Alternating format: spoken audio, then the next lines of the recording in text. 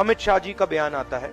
हम पहले से कह रहे हैं कि जो बीजेपी आरएसएस की सोच है, एंटी कॉन्स्टिट्यूशनल सोच है, एंटी अंबेडकर जी की सोच है, और जो अंबेडकर जी की मेमोरी है, जो उनका कंट्रीब्यूशन है, उसको ये लोग मिटाना चाहते हैं, खत्म करना चाहते हैं। होम मिनिस्टर ने डायरेक्टली सबके सामने जो उनका माइंडसेट है वो सबके सामने उन्होंने दिखा दिया। हमने कहा कि अपॉलॉजी होनी चाहिए और उनको रिजाइन करना चाहिए, नहीं किया। और आज फिर से इन्होंने एक नया डिस्ट्रैक्शन शुरू किया है। रियलिटी ये है, इन्होंने अंबेडकर जी का अपमान किया है, उसकी अपॉलॉजी होनी चाहिए और रिजाइन करना चाहिए होम मिनिस्टर को।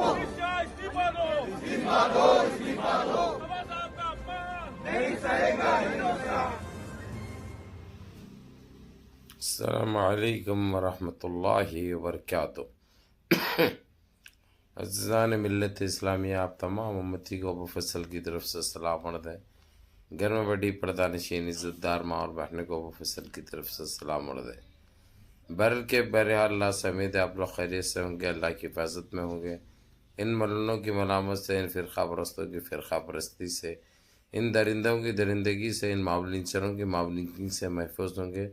अल्लाह आप लोगों को अपने हिफ्ज़ व अमान में रखे, अल्लाह अपनी हिफाजत में रखे, अल्लाह हर आबा से हर शर से महफूज रखे।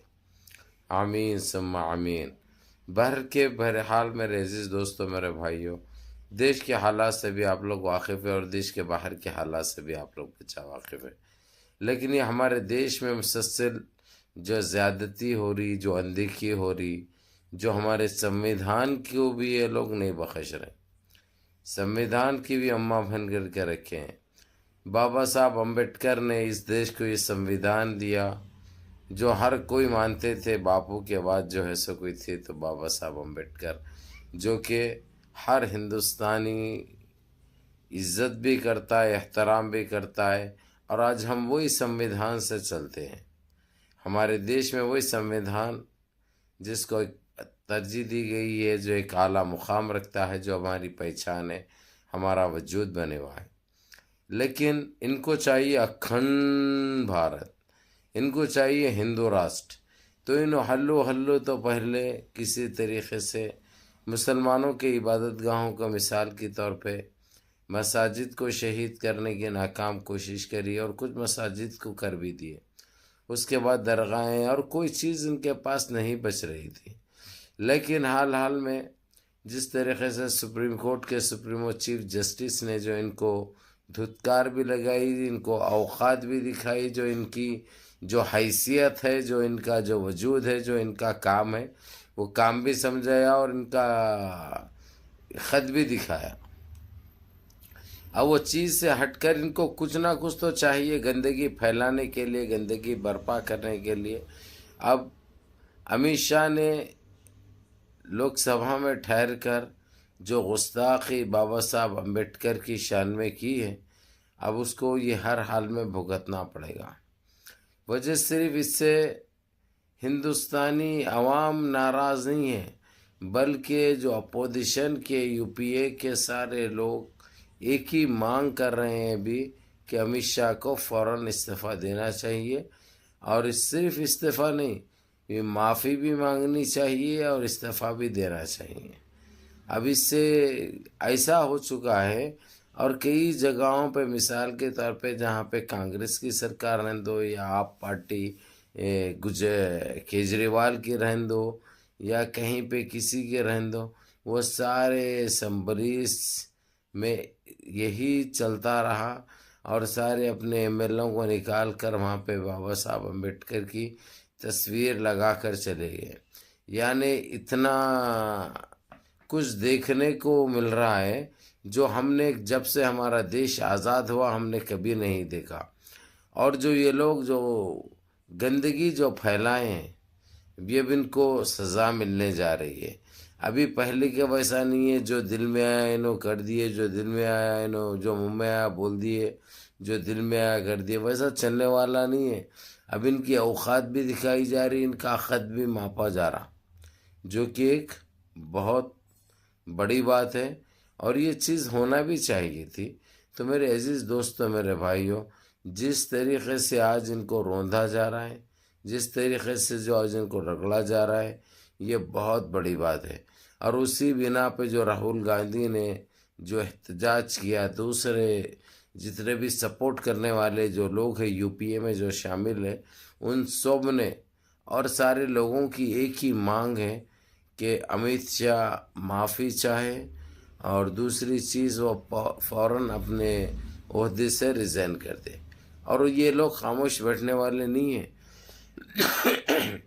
अब ये जंगली पने की हरकत जो करा, उसको एक ही चीज़ चाहिए कि रिज़ाइन लिख दे और अपनी आवाम से, अपने देशवासियों से माफ़ी मांगे, क्योंकि बाबा साहब अम्बेडकर हमारे देश का संविधान है।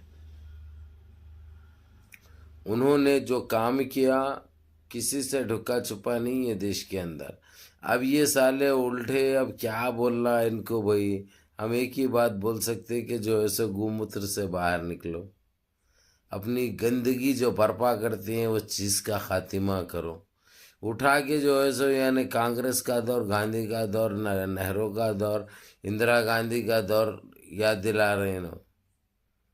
अरे भाई वो याद दिलाने का छोड़ो, और जो मसला जो बता रहे हैं, बाबा साहब अम्बेडकर को जिस तरीके से रिजेक्ट किए थे ये लोग, कांग्रेस सरकार उस दौर में। अरे बाबा तू कहाँ से था, तेरी सरकार कहाँ से थी, तेरी पहचान कहाँ से थी, तेरी पार्टी कहाँ से थी? ये हौले शौले बातें कब तक करते रहेंगे तुम लोग, दिल बहलाने के लिए? दिल बहला लेने के ये बातें कब तक करेंगे? और तुमको मिलता क्या है ये गंदगी फैलाने में, गंदगी बर्पा करने में? अब तुम ये चीज़ें छोड़कर अब बड़ा हाथ मारने की चक्कर है तुम्हारी। बाबा साहब अम्बेडकर हो जाए, सरदार वल्लभ भाई पटेल, अब उसको भी करेंगे तुम लोग। यानी हल्लो हल्लो तुम लोग ये गंदगी फैलाते रहेंगे। तो इसलिए तुम लोगों की नसें कसना बहुत ज़रूरी होगा, नसें कसना बहुत ज़रूरी होगा। इसीलिए जिस तरीके से चाहे कांग्रेस हो चाहे यूपीए के तमाम पार्टीज ने जो एहतजाज जो कर रखा है और जारी है, वो एहतजाज ख़त्म नहीं हो रहा, ना ख़त्म होगा। एक ही सूरत में ख़त्म होगा, अमित शाह को माफ़ी मांगने के लिए और रिज़ाइन लिखने के बाद। क्योंकि जिस तरीके से उसने जो गलती की है, जो उसके दिल में था वो ज़बान पे आ गया। लोगों के दिलों में तो ये चीज़ है, ये तो हम भी जानते हैं, आप भी जानते हैं, लेकिन ये खुल के नहीं आ रहे थे, लोग खुल के नहीं आ रहे थे, मजबूरन आ गए। अब इसलिए आके फंस चुकी हैं इन्हों, वो भी बहुत बुरी तरीके से। और इसकी कोई माफ़ी नहीं है। इन्हों जो डरा के धमका के जिस तरीके से, मैंने मेरा पहचान वाला बड़ा, मेरा जीजू बड़ा, बोले वो तो नहीं चलता। जो चीज़ है वो करना पड़ता। और रही बात, देशवासी बहुत होशियार हो चुके हैं, अब ये जाग चुके हैं, जान चुके हैं, और इनके घिनौनी चेहरे इनकी नज़रों में बेरखाब हो चुके हैं। इसलिए अपने आप को सच्चे साबित कभी नहीं साबित कर सकते।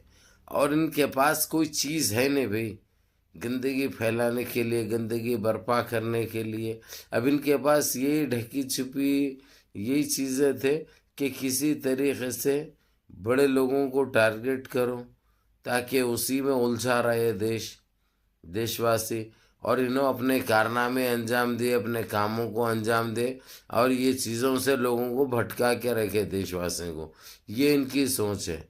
लेकिन ये सोच कहाँ तक चलने वाली है, कौन इस पे अमल कर सकता है? मेरा सवाल है आम देशवासी से, क्या आप लोग बर्दाश्त कर सकते हैं? इसीलिए आप लोगों को यही कहेगा आपका ये भाई, इसलिए वक्त का रहते हुए कट्टा बनो। अगर से पानी स्पीड में आया तो बह जाएंगे तुम लोग। इसलिए सावधान रहो और इनसे बचो, क्योंकि इनके पास कुछ नहीं है मेरे अजीज दोस्तों, मेरे भाइयों, सिवाय गंदगी के अलावा, गंदी सोच के अलावा, गंदी जहनीत के अलावा, गंदे बोल के अलावा, जहरीले बोल के अलावा इनके पास कोई चीज़ नहीं है। इसीलिए इन्हों नहीं सुधरते तो हम अपने आप को अलग करना बहुत ज़रूरी होगा, अपने आप को अलग करना बहुत ज़रूरी होगा। बहरहाल जो क़दम उठाए यूपीए पार्टी ने सबकी सपोर्ट से, बहुत अच्छी बात है। वैसे बाबा साहब अम्बेडकर के लिए तो हमारा फर्ज बनता है, क्योंकि हमारे देश का संविधान है वो, हमारे देश का सब कुछ करने वाले का नाम बाबा साहब अम्बेडकर है। बहरहाल भारत के अजीज दोस्तों, मेरे भाइयों, मुनज़्ज़म रहिए, मुत्तहिद रहिए, अपनी सफ़ा में इत्तेहाद बरक़रार रखिए, नमाज़ों की पाबंदी करिए, माँ बाप की खिदमत करिए, बड़ों के काम पे अमल करिए, और अपने इस भाई को भी दुआओं में याद रखिए। अस्सलामु अलैकुम व रहमतुल्लाहि व बरकातहू।